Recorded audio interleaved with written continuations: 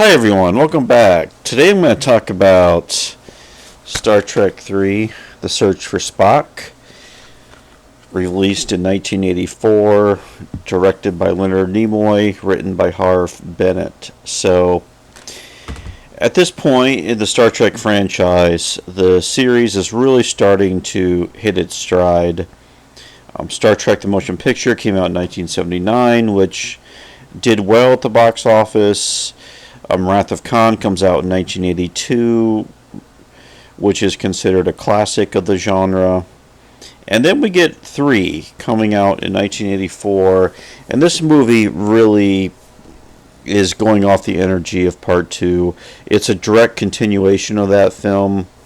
There's really like a trilogy within the original run of Star Trek films of 2, 3, and 4 are all connected to one general story. So this movie feels like almost like an episode of the original series, in that it's continuing the story from a previous film, which was still somewhat rare in the 1980s to have continuous stories told over the course of movies, but that was becoming more commonplace, however. So, just to pick up, Part 2 ends with the death of Spock.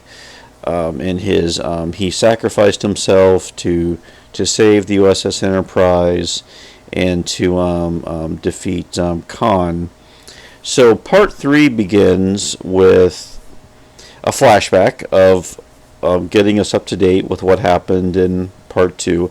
Once again, that's a very TV thing. Like, it was sort of like to get everyone caught up on last week's episode.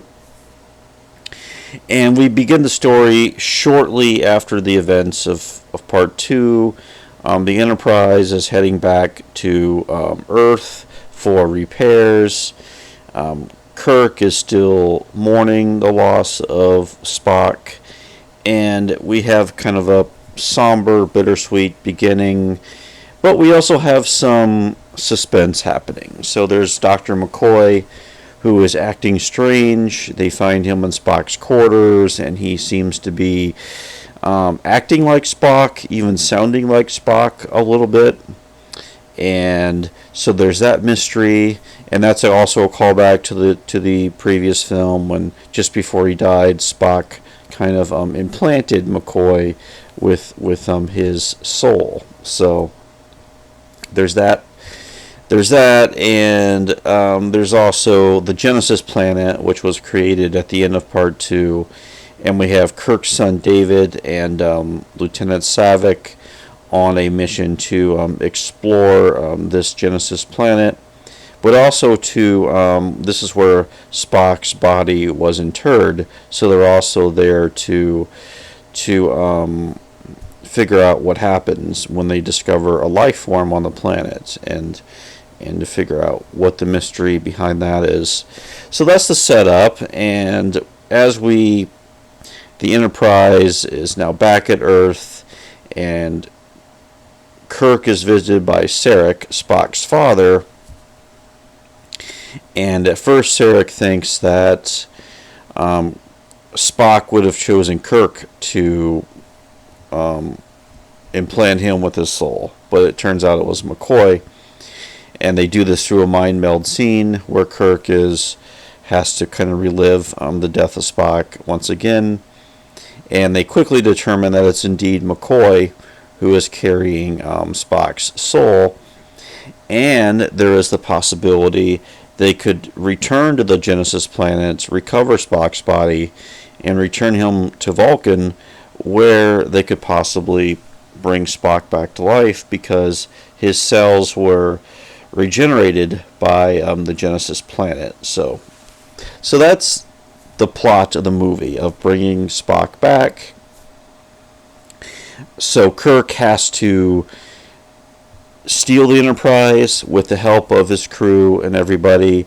So that's a great sequence where Kirk has to convince everyone to, go rogue on this mission to find Spock.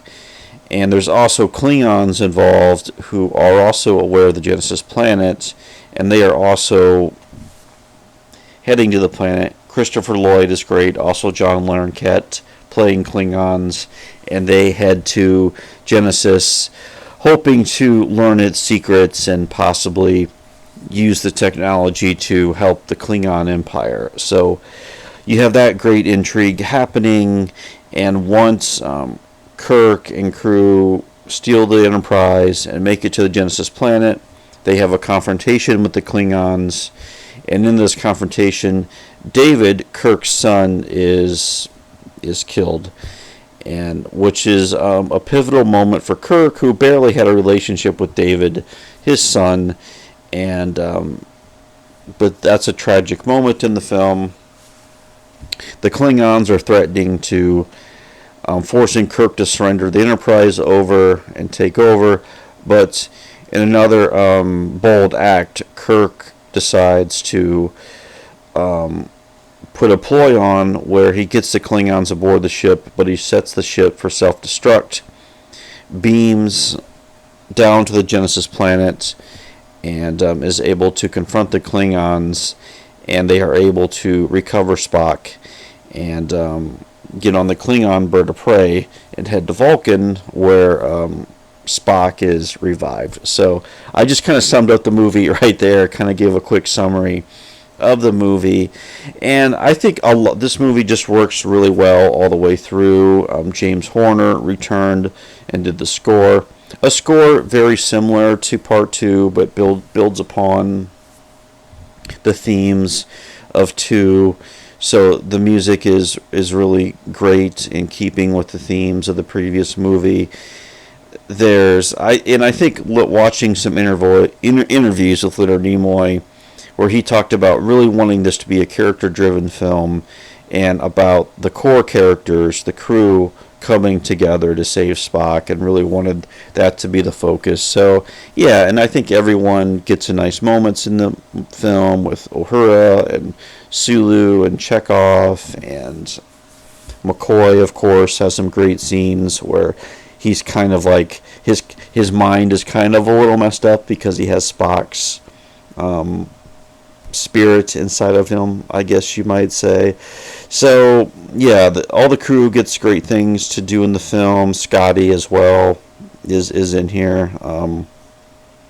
There's and the jokes were already starting at the time about the aging of the crew. So there's a great kind of middle-age energy to this movie of, they're the older senior members of Starfleet now, but they're still willing to do what it takes to achieve the mission, and putting their friends, their loyalty to Spock above almost their loyalty to Starfleet, or at least willing to go against Starfleet in order to save their friend. There's the final sequence on Vulcan is well done. It's very mysterious and mystical. Definitely a callback to the TV show, the episode Amok Time, which is set on Vulcan, comes to mind there.